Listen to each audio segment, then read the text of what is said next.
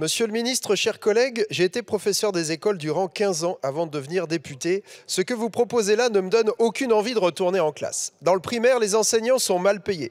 Il a fallu que j'attende 15 ans pour atteindre 2 000 € de salaire net, 2 000 € pour faire la classe à 25, 27, 29 élèves, 2 000 € pour apprendre à nos enfants à lire, écrire, compter, se respecter, mais aussi pour enseigner l'histoire, la géographie, l'éducation physique et sportive, la musique, l'anglais et j'en passe.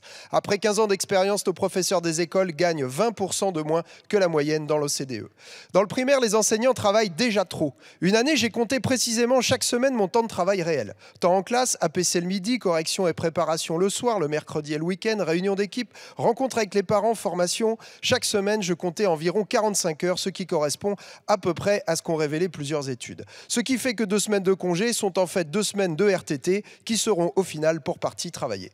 Dans le primaire, les enseignants sont déjà acculés au travailler plus pour gagner plus. Malgré ces semaines chargées, de nombreux et nombreuses professeurs des écoles font déjà des heures sup. L'étude le soir, la cantine le midi, du temps en moins pour sa classe ou pour soi, de la fatigue en plus. Alors je me demande bien sur quel créneau ils et elles vont pouvoir aller faire une heure de soutien au collège.